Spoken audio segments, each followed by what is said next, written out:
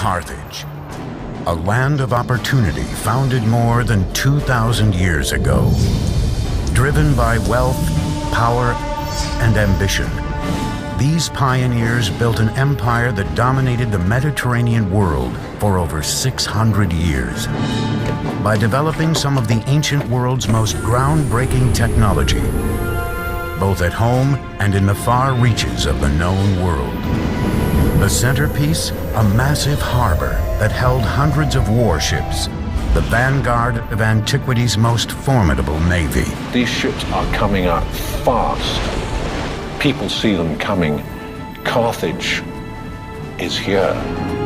But storm clouds were gathering on the horizon.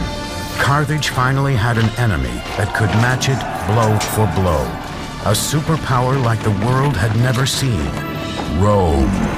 The Romans saw Carthage as a spear pointed at the very heart of Rome. In this to-the-death struggle, only one could emerge victorious. The other would be reduced to rubble.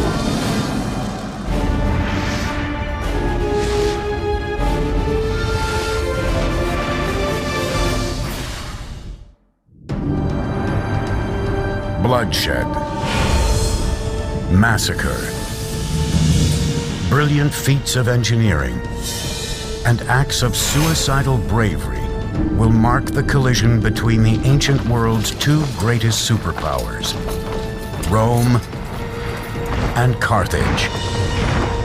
It will be a fight to the death, and the outcome will change the course of Western history.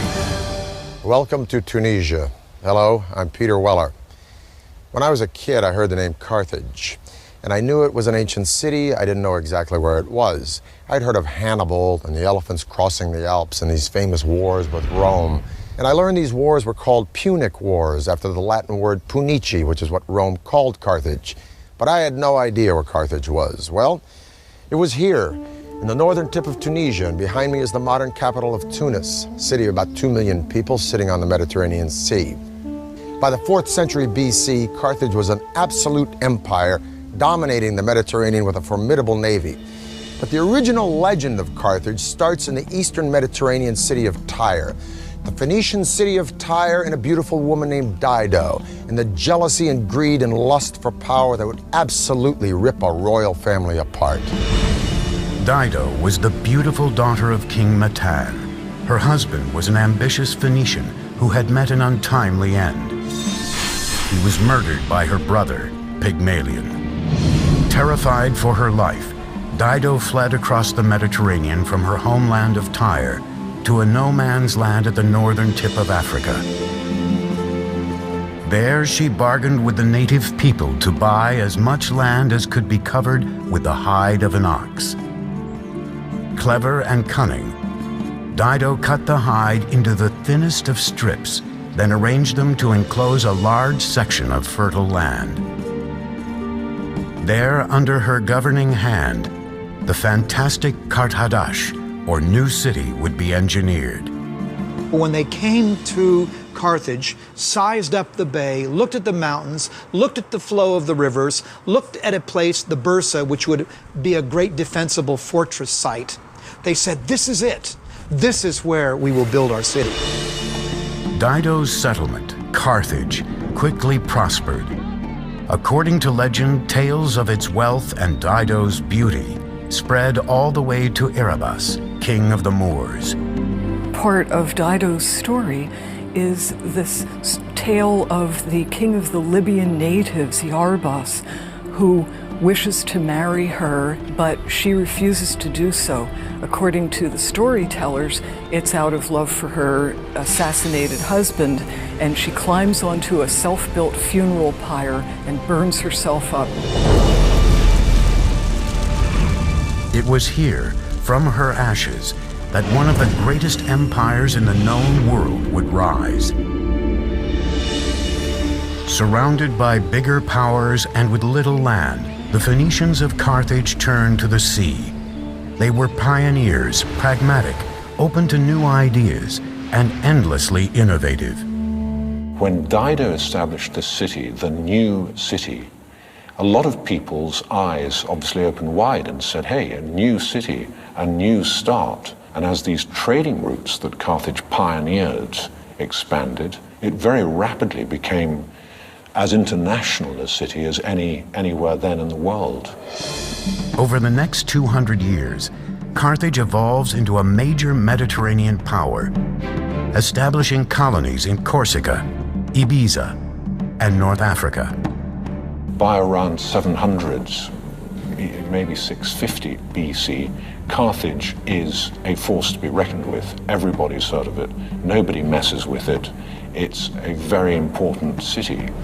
Through expansive trade networks, by the 7th century BC, Carthage's new territories were generating a massive treasure chest, and its population reached 300,000, making it one of the biggest cities in the world. To some extent, you could compare it to a Manhattan. This is a huge population living in a relatively small area. So this is an important commercial and cultural hub, not only for North Africa, but also for the entire Western Mediterranean world. Before the Carthaginians' grand engineering feats had been launched in the name of the gods, Carthage's focus was closer to home. Like America 2,500 years later, the wealth of Carthage drew legions of people looking to make their fortune. Soon the city's architects and engineers had to find a way to house them all, a challenge that would lead to the most remarkable urban building boom in antiquity.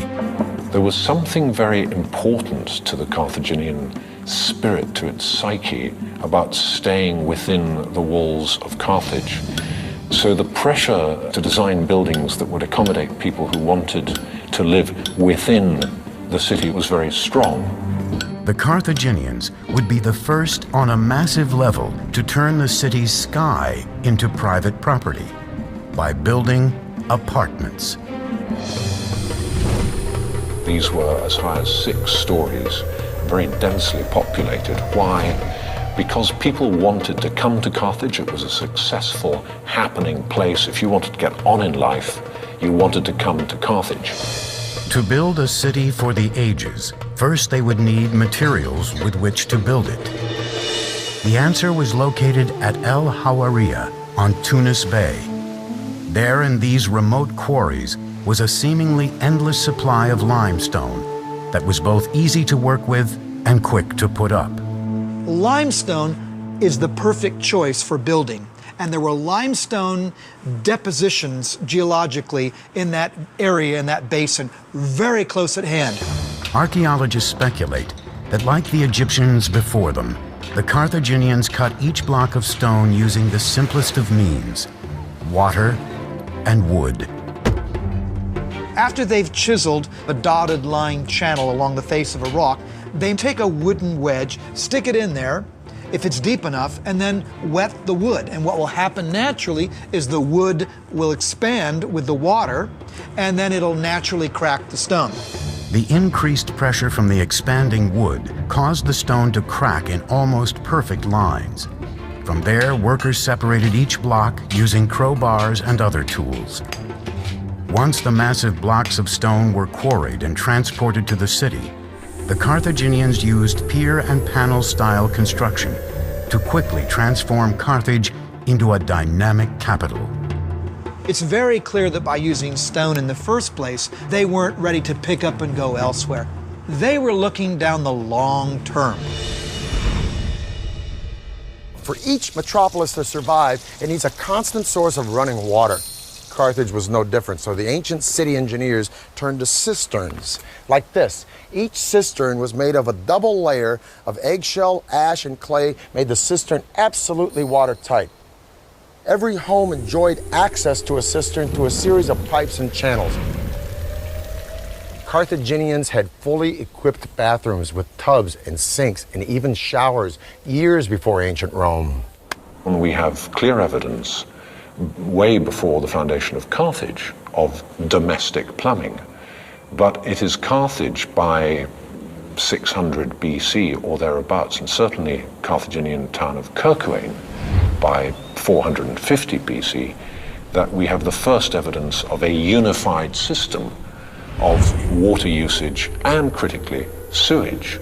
Any fool can put in a bathroom, but the question is what you do with the waste water. And at Kerkouwen you see very clearly a unified single system that has piped water to the rooms that need it, the kitchen and the bathroom, but then piping the wastewater out to a common sewage system. This was evolutionary, yes, but it is also typically Carthaginian because it's also revolutionary. By the 6th century BC, Carthage was growing into a true city-state, brimming with magnificent temples, glittering palaces, and high-rise houses.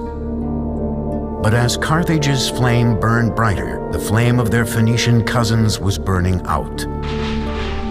The great Phoenician city of Tyre fell to the Babylonians in 574 BC. Carthage was now on its own.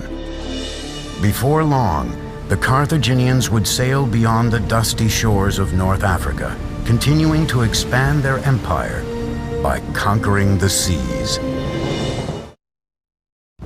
520 BC, 3,000 oars propel 60 ships through the Pillars of Hercules, known today as the Straits of Gibraltar. Hanno the Navigator, the great admiral of Carthage, is sailing to the edges of the known world. He is preparing to launch a power play that could lead to total domination of the Mediterranean.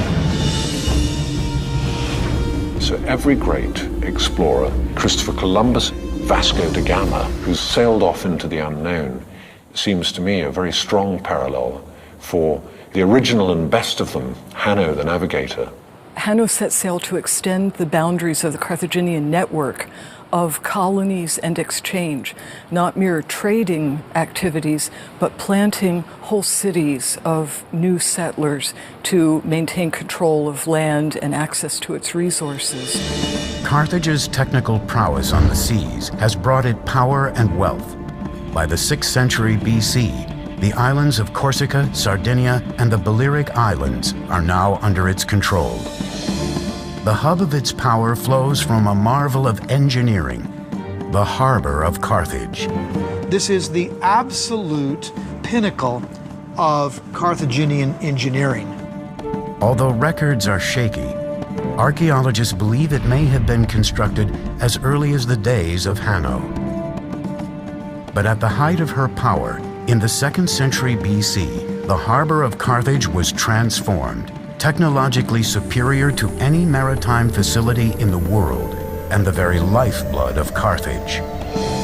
It was part of Carthage, it was the heart of Carthage, it was the lungs of Carthage, it was everything to Carthage, both naval and commercial. The harbor had a common entrance from the sea that was 70 feet wide, which could be closed with iron chains. Inside its gates were 2 separate marinas, the first for the traders and merchant vessels. The mercantile harbor, the commercial harbor, was organized with conventional wharves to make as easy as possible the loading and unloading of goods. So in Carthage, readily one can imagine in, say, 400 BC, you would see all the goods there were in the then known world being bought, being brought, being sold in Carthage. The second, a circular harbor, was designed for military use. A series of 30 docks were arranged symmetrically. Another 140 additional berths radiated out on the perimeter of the circular port, allowing the entire harbor to hold 220 boats. Today, a lone dry dock has been excavated, a reminder of the strength the harbor once commanded. This is all that's left of the Kothon, or military harbor of ancient Carthage. A kothon was an interior port carved out of the land as opposed to an exterior port attached to the seaside. Now, with all these beautiful villas around here, it's kind of hard to imagine that this harbor was the launch point for the wealth and power of ancient Carthage. Now, the nerve center for this maritime hub was that circular island out there where there were 40 or 50 slots for boat dry dock. And on top of that island was a big tower where trumpeters would blare signals and heralds would deliver orders and admirals would oversee operations like observing what ships were coming in from sea, be they friend or foe, while at the same time those ships couldn't very well observe what was going on in this port. nobody has anything approaching this potency, this power, let alone this navigation and seafaring skill. So when the barriers are taken off the channel and within, they're scrambled, as they did in World War II with aeroplanes, these ships are coming out fast down this channel and out into the Mediterranean. People see them coming. Carthage is here. For 2 centuries, Carthage dominated the Mediterranean. But a rival across the sea to the north was steadily evolving into a military machine of unparalleled potency. Rome. These 2 superpowers would soon find themselves in conflict over the jewel of the Mediterranean, Sicily. Carthage was built to trade, and Sicily was critical to that trading. Why? Because it's right bang slap in the middle of the most important shipping lane in the world. Whoever controls Sicily controls these vital trade routes. The Romans saw the enormous riches that Carthage could command, and it started to just elbow into them. And the Carthaginians nudge back and say, hang on, we were there first. Please, as it were, get your tanks off my lawn. Both Rome and Carthage now had settlements on Sicily.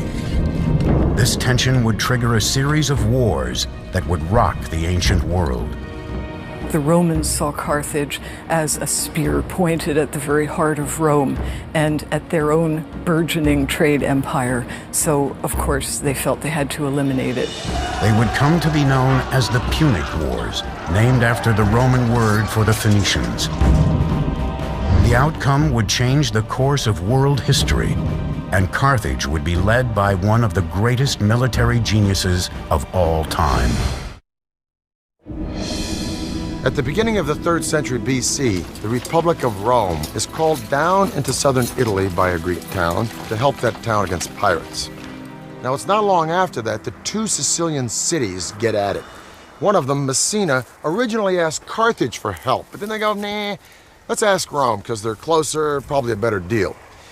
Syracuse fights Messina and Rome 1 battle, quits, gives up, turns himself over to Rome, and Rome, in the span of decades, has all of southern Italy and eastern Sicily. This really POs Carthage, and thus begins the First Punic War.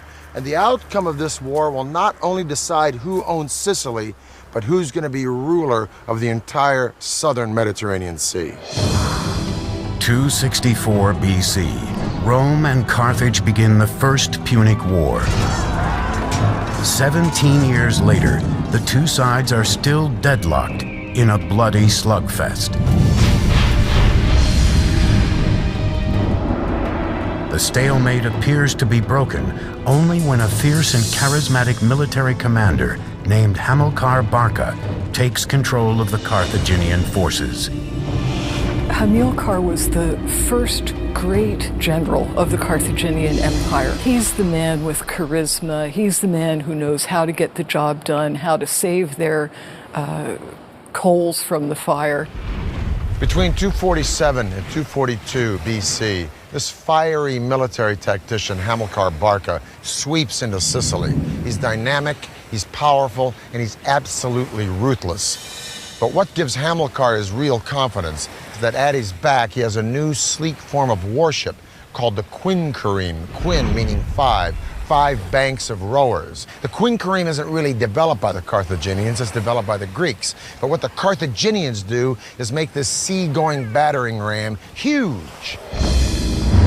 In that period of the Punic Wars, wow, they were the feat of shipbuilding and engineering. Quinquereme apparently had 5 banks of oars. Now, there's been some debate exactly how that worked, but it is believed that there were 3 levels with 5 guys, 2 on the top 2 levels, each with an oar, and then 1 guy at the bottom.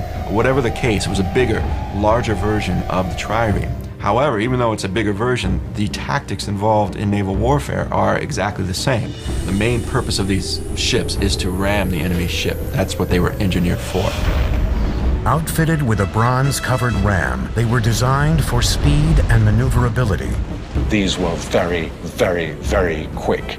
Trying to catch a Carthaginian warship was trying to hit Muhammad Ali in his prime as a boxer.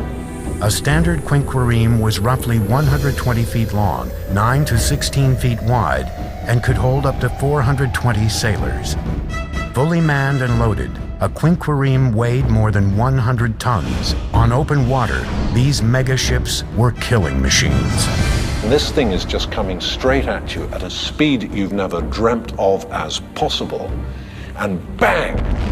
The whole of your boat shakes, your ship shakes, and you start to sink. Compare that with the trireme, where often the model was probably much more to engage with the enemy ship and have land fight at sea. The Carthaginians didn't mess about like that. They wanted to get in, they hit you once and you drown, and they're gone. To hit the next one, deadly. Now, the genius of the Carthaginians was in figuring out how to mass produce these ships. They took sort of prefabricated parts and put them all together on an assembly line. So to an enemy, no sooner would a quinquereme be sunk than another one would appear on the horizon. And this was a distinct disadvantage for the Roman Navy until they came upon a wrecked quinquereme, and they sort of reverse engineered it. They deconstructed it, figured out how it was put together, put it back together, and made it their own. They captured a grounded Carthaginian quinquereme and made dozens of copies of these. In fact, the copies weren't as well made and were made out of green wood, and after one season they fell to pieces. But never mind, that's all the time the Romans needed to turn the tide. The Roman and Carthaginian fleets would now square off with the ancient world's equivalent of weapons of mass destruction to see who truly owned the seas. March 10th, 241 BC, the fleets met at the Agates Islands off the western coast of Sicily for one of the greatest sea battles of all time. In the hostilities of the First Punic War, the Battle of the Agates Islands, fought off the coast of Sicily, was a turning point. In the battle between two brilliantly engineered fleets, Carthage had the advantage in numbers. But their sleek killing machines were bloated with grain and supplies for Hamilcar's army, camped out on nearby Sicily. Many ships were sunk or lost or captured. People weren't expecting that. Now, the Carthaginians try to make a break for it, but they are unable to do so because of this extra weight. That gives the Romans the victory. It was a strategic disaster. In the end, the Romans took nearly 30,000 Carthaginian prisoners. With no way of resupplying himself and his troops, Hamilcar was forced to surrender and retreat back to Carthage. It was clear the pendulum of power in the Mediterranean was now swinging ominously toward Rome. In victory, Rome gained not only Sicily, but also Carthage's holdings on Corsica, Sardinia, and the islands between Sicily and Africa. Hoping to cripple Carthage, Rome forced it to pay a large tribute. But Carthage was not ready to give up yet. It turned westward to Spain to generate new wealth. And the Carthaginians send Hamilcar Barca to Spain, so his goal in 237 is to conquer as much of Spain as possible. It took 9 hard-fought years for Hamilcar to conquer the native tribes there. When he finally did, all of the land south of the Ebro River becomes part of the Carthaginian Empire. But Hamilcar paid for that conquest with his life. In 228 BC, he was killed in battle with a rebelling native tribe. Hamilcar's death in Spain was a great blow to Carthage, but it was by no means the end of Carthage. In fact, it opened the way for a whole new initiative. Legend has it that Hamilcar's 9-year-old son begged to watch his father lead Carthage into battle with Spain, and the father agreed on one condition, that the son would promise eternal hatred of Rome and commitment to that republic's defeat. And it was thus the son, named Hannibal, became the instrument of his father's revenge. And this was the first step on a path that would transform Hannibal into the most devastating foe that the Republic of Rome would ever face. 211 BC, a specter is haunting the Republic of Rome. Outside her walls, with an army poised to strike, is the man Romans fear and loathe above all, Hannibal, the great general of Carthage. Brilliant, brutal, sophisticated, he is Rome's worst nightmare. As if by magic, Hannibal has penetrated Rome's defenses. But the magic is actually Hannibal's strategic genius, and the use he makes of one of the world's greatest engineering corps. There's no doubt in my mind that Hannibal wasn't one of the greatest generals in history. I think demonstrably he is the greatest general in history. Hannibal's genius is born of a near religious zeal to destroy Rome, handed down to him by his father. In 221 BC, he was given the tools to do it. At the age of 26, he took command of the Carthaginian army. Hannibal was certainly Hamilcar's son. He was a crafty politician, a brilliant strategist and military man, but his real genius was in knowing when to use all of the great engineering developments that Carthage had at its disposal. As a commander of ironclad courage, he would launch one of the most stunning campaigns of aggression the world had ever seen. Rome had gained control of the Mediterranean, meaning Hannibal could not reach his enemy by sea. Driven to fulfill the vow he had made to his father to destroy Rome, Hannibal set out to do the impossible.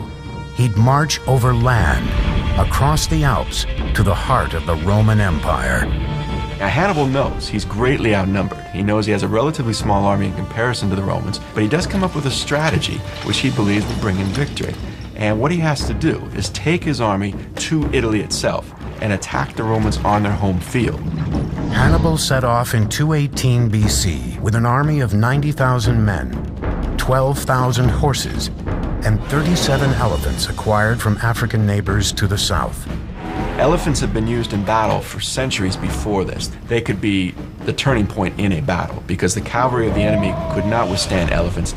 Therefore, Hannibal believes it's worth it to try to get these elephants to Italy. By October, they'd traveled more than 600 miles and came face to face with their first major obstacle, the raging Rhone River in France. Even at its narrowest, shallowest time of the year, the Rhone River is still going to be somewhere between 100 to 150 to 200 meters wide. It's going to be daunting to all of Hannibal's field engineers. On the other side, a large number of Gauls were waiting to do battle. But the wall of water was a potentially deadly obstacle that had to be vanquished first. Hannibal's builders would have to conquer Mother Nature. Not only are the engineering feats daunting, but you also have crowds of insubordinate and hostile tribes waiting on the other side of the river. The solution would be one of Carthage's most spectacular feats of engineering. A series of giant rafts large enough to shuttle animals and supplies across the river in record time. These rafts were about 200 feet long and 50 feet wide.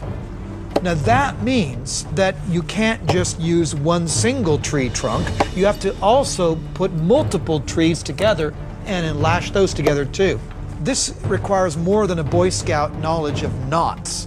With speed and efficiency, Hannibal's soldiers harvested massive conifers from the surrounding forests and connected the trees together with rope. One thing his engineers had to account for was the psyche of the elephants.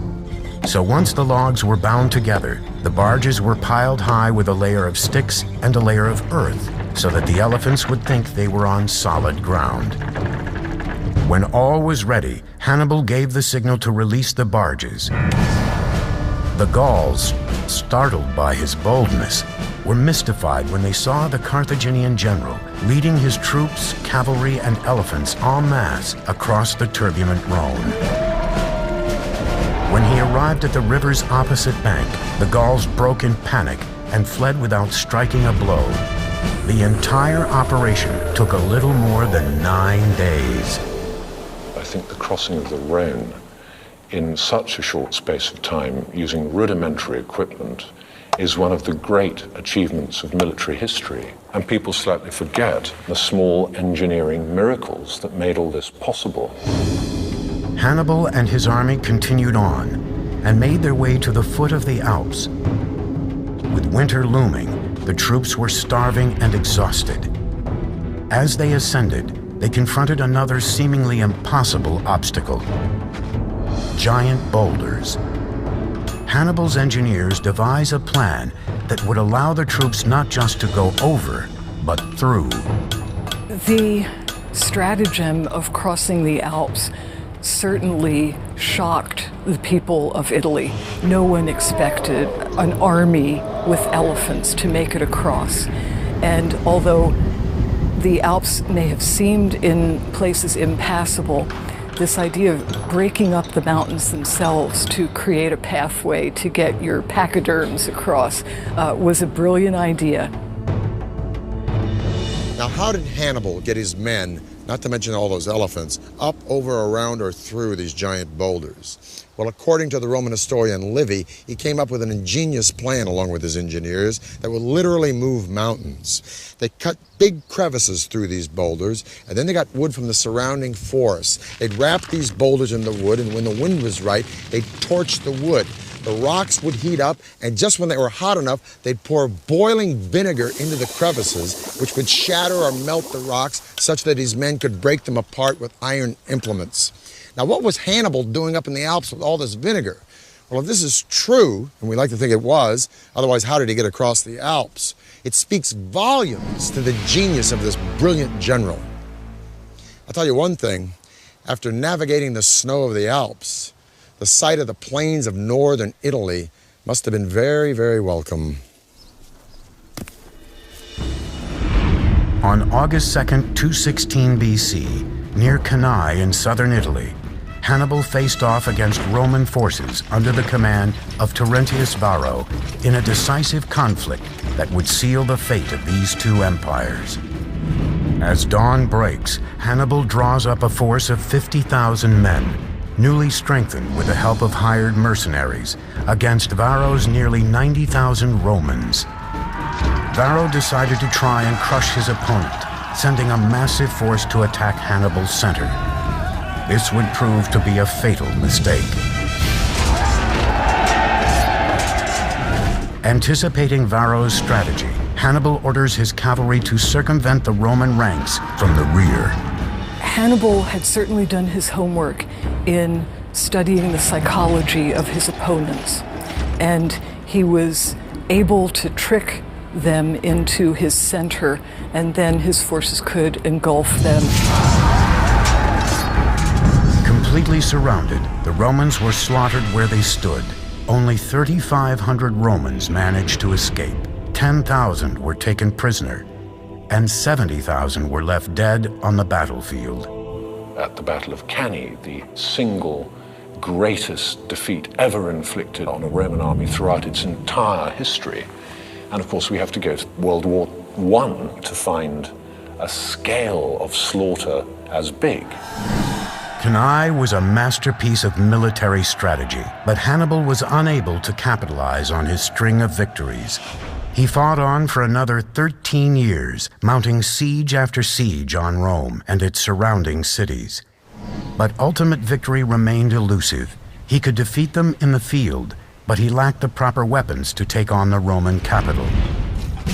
In 204 BC, Rome went on the offensive and launched an attack on Carthage. Hannibal finally returned home to muster its defense. In 204 BC, Scipio Africanus, who had already beaten the Carthaginians in Spain, convinced Rome to let him go around Hannibal altogether and attack Carthage directly. Hannibal was recalled to his city to defend it. Now, these two heavyweights met and spoke. We have no idea what they said to one another. It's lost to history. In 202 BC, they met again at the Battle of Zama, and Hannibal was defeated, and he was forced to surrender to an enemy that he'd spent his entire life trying to destroy. He would not fulfill his father's wishes. He was exiled from Carthage, and years later, near present-day Turkey, he committed suicide. Carthage's defeat at the end of the Second Punic War forces the empire to submit yet again to Roman terms. They are forced to surrender in 202 BC. The Romans again impose very harsh peace terms on the Carthaginians, meaning, first of all, they must again pay an indemnity, a tax to the Romans. Also, the Carthaginians lose their overseas territories, meaning their territory is now confined to areas just around Carthage itself. One last very important part of this treaty was that Carthage could not fight a war, any war, even a defensive war, without Rome's okay. With Carthage stripped of its military might, the field was now open for the Roman army to begin its unstoppable conquest of the ancient world. And their first major target would be the wounded city of Carthage. All that stood in the way was the ancient world's strongest fortifications. 150 BC. Marcus Porcius Cato, a Roman orator and the great-grandfather of Julius Caesar's famous enemy, walks the halls of the Roman Senate, but he is oblivious to his surroundings. For him, there is only one thing on his mind: Carthage. Cato was only too well aware of the strategic position of Carthage. He could see that as long as Carthage was an independent stronghold, it was too close to Sicily and Italy to be allowed to harass shipping or maintain a military presence. He wanted it completely wiped out. Now in Carthage, Carthage's one-time ally and neighbor, Numidia, starts to encroach on southern Carthaginian territory. Carthage feels obliged, and rightfully so, to defend itself, but there's a caveat. Since the Second Punic War, Carthage has promised Rome never to take up arms against anyone whatsoever without the consent of Rome. Rome sends a commission down to arbitrate this beef between Numidia and Carthage, and one of the deputies on that commission is Cato. And when Cato sees the prosperity with which Carthage has bounded back since the Second Punic War, he goes right back to Rome. He rails against the Senate that this prosperity means one thing and one thing only: Carthage is going to be at our doorstep with arms in no time. No matter what speech he makes, roads, politics, taxes, he always ends with ceterum censeo Carthaginum esse delenda, which means, furthermore, I say Carthage should be destroyed. Now, Carthage, feeling it's going to be annihilated, no help from Rome, takes up arms. Rome sends an army down to Carthage. Rome tells Carthage, you have to abandon and evacuate your city. Carthage refuses. Thus starts the Third Punic War. But now Rome has got a problem, because the strongest fortifications in all of antiquity at that time are the walls of Carthage. Today, time has reduced the fortress to its foundations, but in 149 BC, these protective walls were the city's last hope. It was a three-part wall system with massive stone circuit wall. It covered a huge extent and was thought to be unbeatable. A wonder of the world, those Carthaginian walls, and the Carthaginians trusted them. The wall had a circumference of 23 miles and a series of 3 protective layers. First, a ditch backed by a low wall packed with excavated soil, which would have been manned by a front line of soldiers who could withdraw quickly in the face of a major assault. The second wall was constructed of stone and dominated the outer defenses. Behind this second wall stood an even more impenetrable third wall, 45 feet in height and at least 30 feet wide. 15 towers were spaced at 200-yard intervals where watchmen stood guard. Inside this wall lived part of the Carthaginian army, including 20,000 men, 300 elephants, prepared for any type of attack that took place. The wall system surrounding Carthage made it the best fortified city in all of the Mediterranean, if not the world.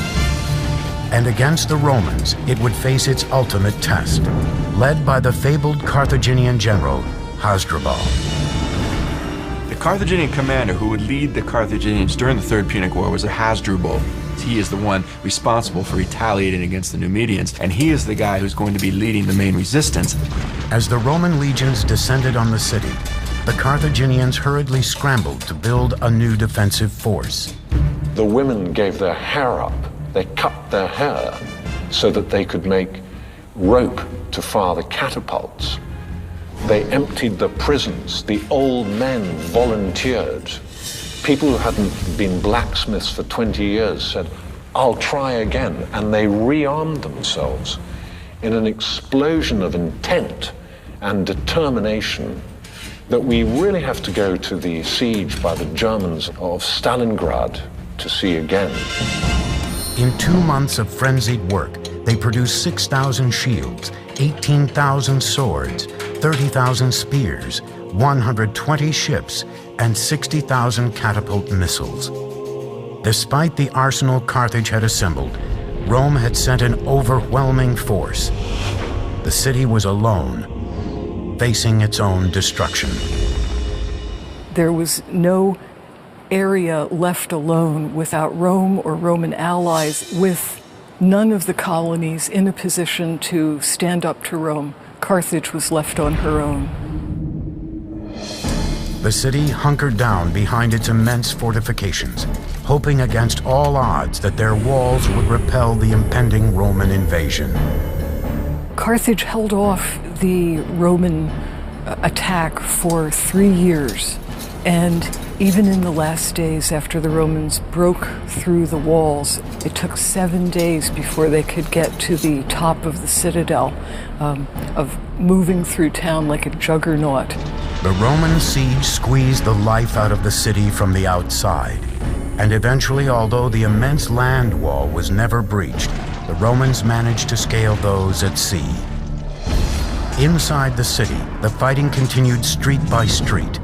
Few Carthaginian snipers were left, but they were so fierce that the Roman commander Scipio Aemilianus ordered the city to be set on fire and leveled. Thousands of Carthaginians were burned alive in the blaze. It was a firestorm.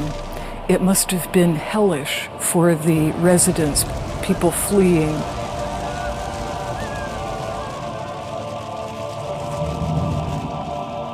During its siege and capture, Carthage had been decimated. The city's population fell from 500,000 to 50,000. The survivors were sold as slaves, never to return home. It took just 17 days in the year 146 BC for Carthage to be completely destroyed by fire. That same year, Rome leveled Corinth, put Greece in their pocket, and overnight the Mediterranean Sea became their own private lake. Carthage would rise again, albeit this time reconstructed by Rome, like this fantastic amphitheater here at El Jim. And by the 3rd century AD, Carthage would thrive once more as a commercial port. But although undeniably Roman, the spirits and the voices of Dido and Anno the Navigator and Hasdrubal and Hamilcar and Hannibal would echo throughout those Roman walls, begging to be remembered for the remarkable achievements of their civilization. And if you listen well, you can still hear those voices whispering among the ruins that are Carthage. For the History Channel, I'm Peter Weller.